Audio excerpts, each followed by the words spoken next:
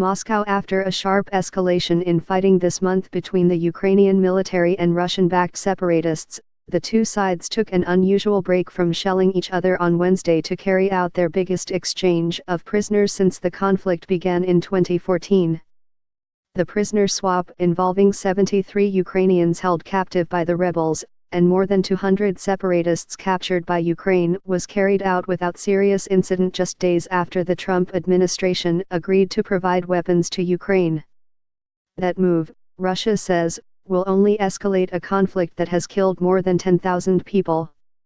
The prompt release of all prisoners was a key part of a 2015 peace agreement brokered by France, Germany, and Russia in Minsk, the capital of Belarus. But like many other parts of the Minsk deal, it has gotten bogged down in accusations on each side that the other was not fulfilling its obligations. The two sides have swapped prisoners on numerous prior occasions, but Wednesday's exchange was the biggest transfer of captives on a single day, Ukrainian officials said.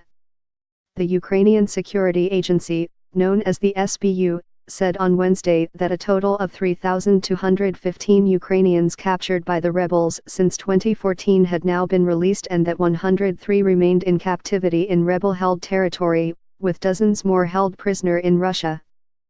The United States and the European Union have each set full implementation of the Minsk deal as a key condition for the lifting of economic sanctions imposed on Russia over its annexation of Crimea and its support for pro-Russia rebels in the eastern Ukrainian regions of Donetsk and Luhansk. Russia has insisted that it is not involved in the conflict, despite extensive evidence that has been sending arms, money, and soldiers to support the rebel cause. But, tiring of Western sanctions and violent infighting among separatist rebels, Moscow has shown some signs of wanting to dial down a conflict that has cost it diplomatically and economically. The protracted negotiations over Wednesday's prisoner swap involved Viktor V. Medvedchuk, a Ukrainian with close ties to Russia's president, Vladimir V. Putin. The Russian leader, who is up for re-election in March, saw his popularity ratings in Russia soar after he grabbed Crimea, but he has garnered no discernible political benefit from Russia's intervention in eastern Ukraine. The rebels, an unruly group of feuding gunmen and fervently pro-Russian political operatives, have shown no interest in a long-term settlement that would strip them of Russian support, without which their secession movement would probably crumble.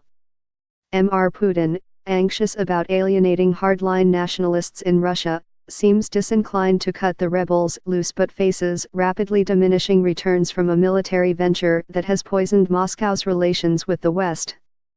Speaking in Vienna earlier this month, at a meeting of the Organization for Security and Cooperation in Europe, whose monitoring mission in eastern Ukraine recently reported a sharp uptick in fighting, the American Secretary of State, Rex W.